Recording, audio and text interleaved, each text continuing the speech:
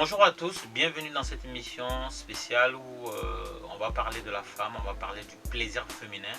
Et pour m'accompagner, il y a Nana Camara qui va se présenter à vous et ensuite on va rentrer dans le vif du sujet. Bonjour Nana. Bonjour. Comment ça va? Très bien. Ça fait plaisir de te voir.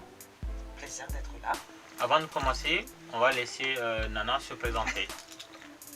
Alors, bonjour, je suis Nana Camara, je suis conseillère technique et formatrice au GAMS, qui est le groupe pour l'abolition des mutilations sexuelles et des pratiques traditionnelles néfastes à la santé de la femme et de l'enfant. Je crois que c'est la deuxième fois, ton deuxième passage sur RP Média avec 4 ans d'intervalle. Oui, c'est vrai. La première fois, c'était en 2014 Oui. à Ivry-sur-Seine. Là, on se retrouve dans le 9e arrondissement. Comme quoi, le monde est petit. Eh bien oui, Ton pied, mon pied. connaissez. Alors, donc aujourd'hui, on va parler de plaisir féminin, hein, comme je l'ai dit dans le titre. On va parler de la femme. Et on va s'intéresser en premier lieu au vagin. Tout le monde pense savoir ce que c'est que le vagin, où il se trouve. Comment tu pourrais présenter le vagin? Alors, le vagin, c'est la partie intime de la femme qui est à l'intérieur et représentée à l'extérieur par le pubis et l'entrée du vagin. Très bien. Pour ceux qui ne savent pas où ça se trouve. C'est en bas, entre les jambes de la femme. Très bien. Sous le nombril. Et on va s'intéresser aussi au clitoris. Oui. Qu'est-ce qu'on peut en dire? Alors, le clitoris, c'est le seul organe féminin dédié au plaisir sexuel solitaire féminin. Quand tu dis solitaire, ça peut prêter à la confusion. On n'a pas le droit, nous les hommes, on n'a pas le droit d'y toucher. Alors, vous avez le droit d'y toucher avec la permission de la femme. Et la femme elle-même, elle a le droit de le toucher quand Elle a le veut. droit de le choisir puisque c'est son corps, elle a le droit de l'utiliser et d'en faire ce qu'elle veut. Comme tu le dis, hein, c'est le seul organe féminin dédié exclusivement au plaisir. Sexuel, au plaisir de la femme. En dehors du plaisir, Il n'y a rien d'autre. on ne peut rien faire avec. On peut rien faire avec. Il paraît qu'il y a 8000 terminaisons nerveuses sur le clitoris. Alors, c'est vrai, il y en a plus que sur le sexe masculin. C'est pour cela qu'on dit que les gens qui pensent que l'excision qu'on fait subir à certaines femmes dans le monde est l'équivalent de la circoncision, et bien non, l'équivalent c'est de castrer l'homme et de lui couper son zizi, et donc voilà. Ça fait peur ça. Bon. Et le clitoris, généralement, nous les hommes, on a du mal à le trouver. Pourtant, il a la même taille en moyenne que le pénis de l'homme, 15 cm. Oui, il a la... Où est-ce qu'il se cache? Alors, où est-ce qu'il se cache? Le clitoris, on a du mal à le trouver, c'est vrai. Notamment chez les hommes africains, parce que les hommes africains ne considèrent pas le plaisir féminin. Ils cherchent leur propre plaisir, donc ils sont tellement pressés à aller à l'acte qu'ils ne cherchent pas à regarder le corps de la femme. Sinon, le clitoris, il est bien visible s'il n'est pas coupé sur le sexe de la femme, et c'est ce qui peut lui procurer son plaisir à elle aussi, ce plaisir qui est occulté par les hommes. Et ce clitoris qui fait en moyenne 15 cm est à l'intérieur, comme le sexe de l'homme est à l'extérieur. Tu parles des hommes africains. Justement, on va s'appuyer sur ce côté-là. Et on est une chaîne communautaire. Et on dit que le clitoris, sa seule fonction, c'est procurer du plaisir à la femme. Et est-ce qu'il y a eu une évolution dans les mentalités, aussi bien de la femme que de l'homme? C'est-à-dire que dans un couple, quand il y a le rapport sexuel, en règle générale, ça se termine par un bonheur de l'homme. L'homme arrive généralement à jouir. Qu'est-ce qu'on peut en dire pour la femme? Alors, ce qu'on peut en dire pour la femme, pour les hommes en général, quand ils ont leur plaisir, c'est fini et puis on arrête. Mais ils ne réfléchissent pas au plaisir de la femme, alors que la femme aussi a droit au plaisir. Et si elle ne ressent pas ce plaisir-là, ça peut lui faire aussi mal que l'homme. Quand l'homme n'a pas son plaisir, n'a pas éjaculé, ça lui fait mal au bas-ventre, et c'est exactement la même chose pour la femme. Donc elle peut être frustrée comme l'homme, mais malheureusement cette frustration passe inaperçue par rapport à l'homme, parce que dans nos communautés, c'est la suprématie de l'homme qui est... Je crois que ça c'est la communauté mondiale. Hein. Mondiale, dans nos communautés. Moi je parle de la communauté, il faut parler de la communauté qu'on connaît. Donc moi je parle de ma communauté, de celle que je peux parler. Donc c'est la suprématie de l'homme qui est là. Et on ne pense qu'à l'homme, au plaisir de l'homme et au bien-être de l'homme. En fait. Mais qu'est-ce qui fait que de plus en plus, il n'y a pas un discours en faveur du plaisir de la femme. Parce que comme tu l'as dit, hein, dans un couple, si l'homme ne prend pas plaisir, soit il va se fabriquer une maîtresse, soit il abandonne la femme. Et on a l'impression que les femmes se taisent sur leur frustration sexuelle. Et par exemple, il est dit que 90% des femmes atteignent l'orgasme lorsqu'elles se masturbent. Et ce pourcentage chute à 50% lorsque c'est l'homme qui va stimuler le clitoris de la femme. Et moi, j'avais lu qu'une minorité de femmes avaient du plaisir vaginal. C'est-à-dire que par la pénétration du pénis de l'homme, 30% des femmes arrivaient à avoir un orgasme et le reste des femmes, c'était par stimulation du clitoris. Mais en préparant l'émission, tu as bouleversé ce que je savais. Tu m'as dit en fait, plaisir vaginal, plaisir clitoridien, c'est pareil parce que on donne du plaisir quand on donne un orgasme à une femme avec ses doigts ou avec sa langue, ou qu'on pénètre une femme qui arrive à avoir un orgasme, ça finit toujours par un orgasme offert par le clitoris. Comment ça se fait? Le plaisir par masturbation, le plaisir sexuel de la femme par masturbation s'obtient par la partie émergente du clitoris, c'est-à-dire la terminaison. Le haut de l'arbre, comme on le dit, parce que quand nous on représente... Les 2 cm sur les 15 cm. Voilà.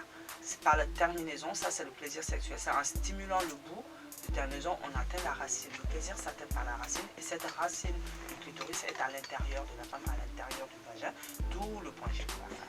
Et donc c'est avec la pénétration lors de l'acte sexuel entre l'homme et la femme que le pénis de l'homme va frotter cette racine pour donner le plaisir par pénétration à la femme. Donc le plaisir solitaire, le plaisir vaginal ou tout est en rapport avec le clitoris. Donc on va parler aux hommes noirs. Qu'est-ce qu'on devrait faire? C'est-à-dire que pour faire plaisir, il faut arrêter l'hypocrisie. Il faut arrêter de croire que le but d'un couple, c'est de faire des enfants.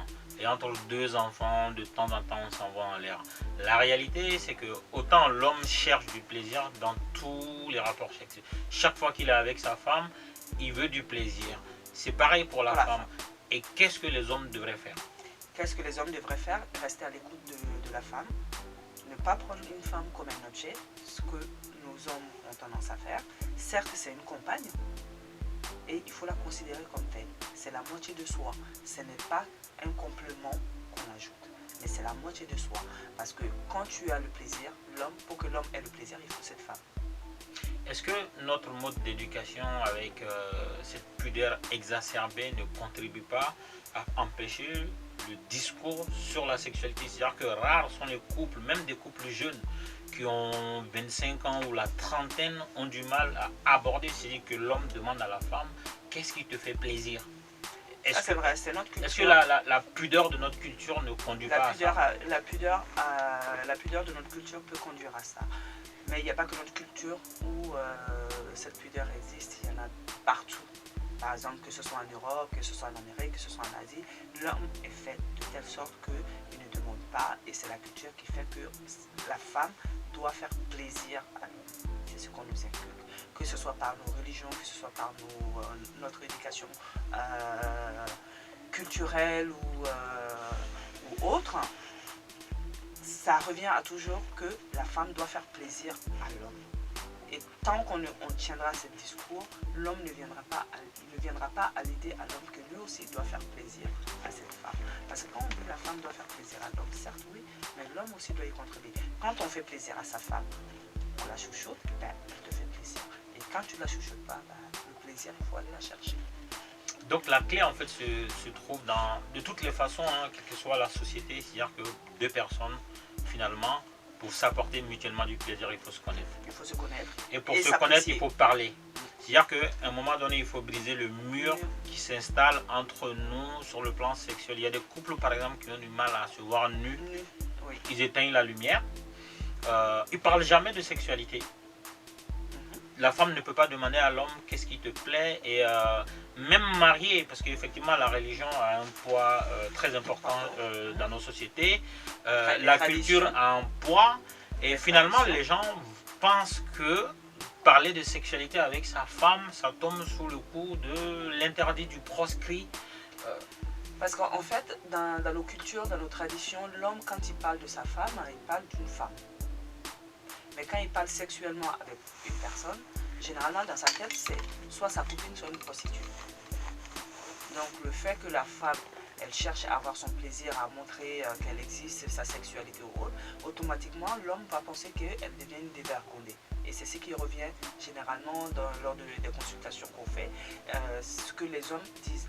Oui, mais moi j'ai besoin d'une femme, j'ai pas besoin d'une dévergondée à la maison. Mais cette dévergondée que tu n'as pas besoin à la maison, tu vas la chercher dehors. Et cette dévergondée qui est dehors est exactement comme celle que tu as à la maison, c'est une femme. C'est quand même un paradoxe. Hein. Voilà. Même si, enfin, je sais que ça se passe comme ça, mais en même temps aujourd'hui, qu'est-ce qu'on pourrait faire? Qu'est-ce qu'on pourrait faire pour que les gens soient à l'aise dans une situation où ils cherchent à comprendre leur femme ou que la femme... Parce qu'il y a des hommes aussi qui sont frustrés. Voilà. Exactement. Dans le couple, il faut que dans nos traditions, qu'on apprenne à éduquer, qu'on éduque nos enfants. Je dis bien nos enfants, qu'on soit filles ou garçons, à se voir comme partenaires et non à se voir comme hommes et femmes. Parce qu'en fait, tous les problèmes que nous sommes en train d'évoquer, c'est vrai que ça existe dans nos sociétés au Mali, au Sénégal, en Côte d'Ivoire, Guinée, Burkina, mais en même temps, nous sommes une forte communauté ici en France. Et cette tradition, elle est exportée ici. Ici, de la même manière que les jeunes filles à Bamako ou chez moi à Bla auront des difficultés à évoquer le manque de plaisir avec leur homme. De la même manière que dans la société française ici, au sein de nos communautés, les mêmes problèmes peuvent se retrouver. Et donc finalement, les solutions qui peuvent être appliquées là-bas devraient être appliquées ici. Il faut que les gens parlent. Et aussi, il faut que nos médias aussi donnent la parole parce qu'on a un problème de représentativité. Parce que si on ne voit pas des gens à qui on voudrait ressembler à la télé, entendre à la radio, dans les journaux, écrits, en train de parler de ça. C'est-à-dire qu'aujourd'hui, que quelqu'un voit Nana ou moi-même en train d'évoquer ça, de l'importance de donner du plaisir à son conjoint, peut-être que ça peut changer les choses. Les gens se diraient, mais en fait, je pensais être seul comme ça, je ne savais pas que les autres aussi, ce problème est généraliste. Le problème est généraliste et il faut vraiment que la mentalité de nos sœurs, la mentalité de nos frères change. C'est vrai qu'on a tendance à voir les hommes qui disent oui, si j'ai pas de plaisir avec ma femme, ben, j'irai chercher ailleurs. Et nos sœurs aussi qui ont peur, ben, si je ne fais pas ceci ou bien si je ne fais pas semblant, même si je ne parle pas, je subis. Si je ne fais pas semblant, mon mari va aller chercher ailleurs. Donc au lieu d'aller chercher ailleurs, pourquoi ne pas lui donner ce qu'il va chercher ailleurs à la maison et le retenir à la maison. Donc lui aussi, s'il ne parle pas, s'il ne dit pas ce qu'il désire, ce qu'il veut, comment veux-tu que sa compagne, parce qu'il ne la considère pas comme sa compagne s'il ne parle pas, comment veux-tu que sa compagne fasse pour le contenter? Donc en fait, on est dans, d'une part, les femmes sont obligées, la nature des mariages chez nous, c'est vrai que de plus en plus, on évolue vers des couples où l'homme et la femme sont indépendants. Si on prend la configuration la plus grande, c'est que la femme dépend financièrement de l'homme. Donc elle a peur de briser son couple parce qu'elle ne saura pas où aller. Donc ça lui fait faire semblant d'être heureuse sexuellement et ça crée une frustration quoi qu'il arrive. Et je pense que l'homme doit le savoir, même s'il ferme les yeux là-dessus, il doit savoir qu'il ne satisfait pas sa femme. Parce qu'une femme qui est satisfaite sexuellement, je crois que ça se voit, ça s'entend. Ça se voit, ça s'entend. Ça c'est sûr et certain que ça se voit et ça s'entend. Mais malheureusement nos hommes, ils n'ont pas appris à regarder. C'est ça le problème. Et justement, donc, tu dis que quel que soit le plaisir féminin, c'est-à-dire qu'il soit vaginal ou clitoridien, donc on va parler de l'orgasme, il est forcément clitoridien. Et il se trouve que nous sommes une société où on pratique l'excision. Qu'est-ce que c'est que l'excision, Nana? Alors l'excision, c'est vrai qu'on a une société qui pratique l'excision et on n'est pas les seuls. Il y a plus de 200 millions de femmes qui sont concernées par cette pratique dans le monde et dans toutes les sociétés, dans toutes les communautés. Et l'excision, c'est l'ablation partielle ou totale, la partie émergente externe, la partie génitale externe de la femme. C'est-à-dire notamment le clitoris. Il peut y avoir l'ablation du clitoris, l'incision du capuchon du clitoris, l'ablation du clitoris avec les petites lèvres ou l'ablation du petites lèvres, les clitoris et l'incision des grandes lèvres. Oula, donc la totale. Il y a plusieurs types de mutilations. C'est pour ça qu'au lieu de parler de l'excision, on parle de mutilation en général. Donc c'est des mutilations génitales féminines. Donc c'est... si on prend un pays comme le Mali, quel est le type d'excision qui est pratiqué? Alors le type de l'excision qui est pratiquée au Mali, généralement c'est le type 2, qui est l'ablation du clitoris et généralement des petites lèvres. En préparant l'émission, j'ai découvert par une collaboratrice que moi je ne savais pas l'ablation des lèvres, moi je savais que le clitoris. Et donc elle me disait que les lèvres aussi ont des terminaisons nerveuses qui peuvent procurer du plaisir à la femme. Et donc si on vous coupe le clitoris, on vous coupe la lèvre inférieure, la lèvre supérieure, qu'est-ce qui vous reste? Rien.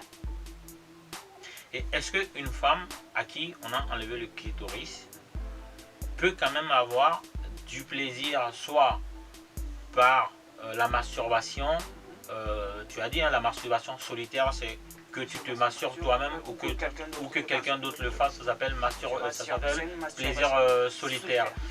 Est-ce qu'une femme à qui on a coupé le clitoris peut quand même connaître l'orgasme, le plaisir féminin? Alors, une femme à qui on a pratiqué dessus une mutilation peut avoir son plaisir sexuel. Alors le plaisir sexuel, elle sera partagée avec l'homme, évidemment, et que l'homme doit prendre conscience de cette particularité. Sinon, le plaisir solitaire, la masturbation, non, il n'est pas possible parce que le clitoris a été coupé, donc elle ne peut pas se masturber. Mais il y a ni l'homme non plus. L'homme non plus ne peut pas la stimuler. Mais il y a certaines femmes qui, même le fait d'avoir coupé le clitoris, il y a le moyen qui reste parce que quand on touche la partie supérieure de la vulve, on sent la présence du clitoris parce qu'elle mesure entre 14 et 15 cm comme le sexe de l'homme. On a dit, il y a le moyen qui est là, qui est collé à l'os pubien. Donc on peut sentir aussi par stimulation. Mais pour pouvoir sentir cette stimulation, il faut que la personne qui est avec soi soit en complicité avec cette personne-là, c'est-à-dire que les deux couples se soient choisis, se fassent confiance mutuellement et puissent avoir le plaisir ensemble. Mais quand c'est les mariages arrangés ou les mariages forcés, comme on a tendance à le faire, la personne, elle n'aura jamais ce plaisir solitaire. Mais par contre, elle peut avoir ce plaisir par l'accouplement, à condition aussi que l'homme soit tendre et prévenant avec elle. Parce que c'est vrai que quand on a choisi une personne, on est en totale liberté, on a en totale confiance, donc on se détend. Mais quand on est avec une personne qu'on n'a pas choisi, qu'on a imposé, ben là ça peut... Mais même hors excision, quand on est en face de quelqu'un qu'on n'a pas choisi, qu'on n'aime pas, on ne se lâche pas, et le plaisir, lui non plus... ne viendra pas. Alors donc, quand on est bien d'accord que quand on est avec une personne qu'on n'a pas choisi, qu'on nous a imposé, on a du mal à avoir son plaisir, même si on n'est pas excisé. Alors donc, imaginez, si on vous impose une personne qu'on n'aime pas, qu'on n'a pas choisi et qu'on nous l'impose en même temps qu'une excision qu'on n'a pas demandé non plus, qu'on a imposée. Donc c'est difficile pour cette personne d'avoir du plaisir. D'autant plus que la particularité des peaux mates font que certaines personnes ont des cicatrices douloureuses ou des cicatrices kéloïdeuses. Donc le frottement de la peau du partenaire contre cette cicatrice devient encore plus douloureux et de ce fait occulte complètement tout plaisir sexuel. Donc ça veut dire qu'il y a des femmes à qui on a coupé le clitoris. Quoi qu'il arrive, la terminaison du clitoris garde toujours une sensibilité. Donc qui est le plaisir, puisque la fonction universelle du clitoris, c'est du plaisir. Sauf que comme il y a eu l'ablation, la cicatrisation fait qu'il y a de la douleur. Donc il y a une douleur qui est superposée à un plaisir et la douleur prend le dessus et le mental aussi de la femme fait que elle prend plus du plaisir dans l'acte sexuel, elle ressent plus la douleur que le plaisir. Et qu'est-ce qu'on peut faire pour cette femme? Alors qu'est-ce qu'on peut faire pour cette femme? Cette femme, elle peut être prise en charge sexuellement. Quand je dis sexuellement, c'est-à-dire faire des thérapies sexologiques, hein, et elle peut avoir recours aussi avec des crèmes lubrifiantes et autres, et elle peut aller jusqu'à une réparation chirurgicale parce que l'excision, ça se répare. Le clitoris, comme on l'a dit, mesure entre 14 et 15 cm en moyenne, sinon il y en a plus qui sont beaucoup plus longues. Donc de ce fait, le reste du clitoris est emprisonné de la cicatrice qui l'empêche de s'émerger et qui est collée à l'os pubien. Le chirurgien ouvre la cicatrice et fait ressortir le clitoris qui est à l'intérieur et le remet à sa place. Il n'y a aucun ajout de peau externe ou autre, c'est le clitoris qui est là qu'on remet juste à sa place. Et cette opération, elle est pratiquée partout dans le monde. Et en France, elle est prise en charge à 100% par la sécurité sociale. Et c'est fait en ambulatoire, c'est-à-dire c'est une opération qui dure 45 minutes, pas plus. On rentre le matin, on sort l'après-midi, ou on se rentre l'après-midi et on sort le lendemain matin. En tout cas, pour l'instant, le discours de la réparation du clitoris n'est pas encore à l'ordre du jour au Mali. Si, ça se fait au Mali. Ça se fait au Mali. Ça se fait au Mali. Et donc, alors, elle n'est pas généralisée. Elle n'est pas généralisée comme en France, parce qu'en France, la prise en charge médicale fait qu'on peut y avoir recours puisque c'est gratuit. Avec la sécurité sociale, mais par contre quand on veut la pratiquer, que ce soit au Sénégal, au Mali, en Côte d'Ivoire, il faut avoir l'argent dans la poche parce qu'il faut payer le chirurgien, il faut payer le gynécologue chirurgien qui le pratique, qui ont été formés tous par la même personne qui a inventé la technique. Mais donc en fait, hormis les questions de moyens, qu'on soit au sud ou au nord, aujourd'hui on devrait encourager les hommes dont les femmes ont été excisées, qui éprouvent des difficultés à procurer du plaisir à leurs femmes, déjà de discuter avec leurs femmes, parce que c'est un blocage lorsque une femme sait qu'elle est excisée et qu'elle a des problèmes par rapport au plaisir sexuel. Donc elle le vit seule, donc il y a déjà un blocage. Donc il faudrait peut-être encourager les hommes à en parler avec leur conjoint. Et ensuite à envisager cette possibilité-là, parce que quand il y a une frustration sexuelle dans un couple, tous les problèmes peuvent en découler. Et donc si on arrive à résoudre ce problème, même s'il est coûteux, peut-être que finalement... Alors quand on parle de résoudre le problème il n'est pas complètement résolu par la chirurgie. Alors quand on voit les femmes qui ont des problèmes de couple et qui viennent avec l'excision, la réparation chirurgicale, elle est de l'ordre de 30%. Bon, c'est déjà ça de gagner. C'est 30%. Alors quand je dis les 30%, les 100 sur 100 femmes qui vont demander la réparation, c'est 30% qui vont aller jusqu'à la chirurgie. Sinon les 70%, ça se repart sexologiquement ou psychologiquement. Parce que c'est le fait d'avoir subi un traumatisme. Ça dépend à quel âge l'excision a été faite. Souvent c'est bébé, souvent c'est à l'âge adulte. Parce que ça dépend des communautés. Toutes les communautés ne le pratiquent pas à la même âge. Donc ça dépend le moment où ça a été fait. Il y a des atteintes psychologiques, il y a des atteintes sexologiques. Donc avec la prise en charge sexologique ou la prise en charge psychologique, ça se répare également. Donc il n'y a pas besoin d'aller à la chirurgie. C'est celles qui ont vraiment des problèmes physiologiques, c'est-à-dire les problèmes de cicatrices, kéloïdeux ou bien les cicatrices fibreuses qui vont jusqu'à la chirurgie. Ce débat que nous sommes en train de faire, en fait, c'est le type de débat qui fait couler beaucoup d'encre, tout simplement parce que dans notre culture, nous ne sommes pas préparés à avoir ce genre d'échange-là. Nous ne sommes pas préparés socialement à parler comme on est en train de parler publiquement.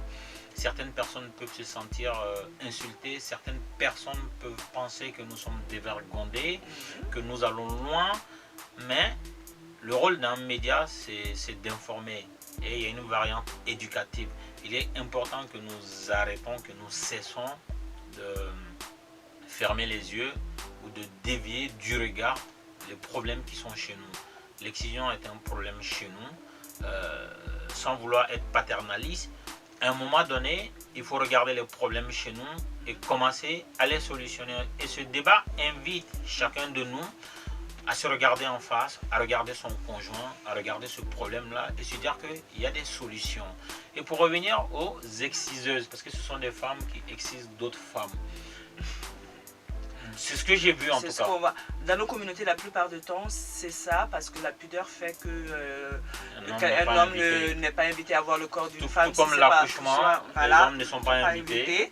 Voilà, donc chez nous, quand on parle des exciseuses, c'est dans la région de Mandé, en fait, dans le parti de l'Afrique Mandingue, où la société est régie féodalement.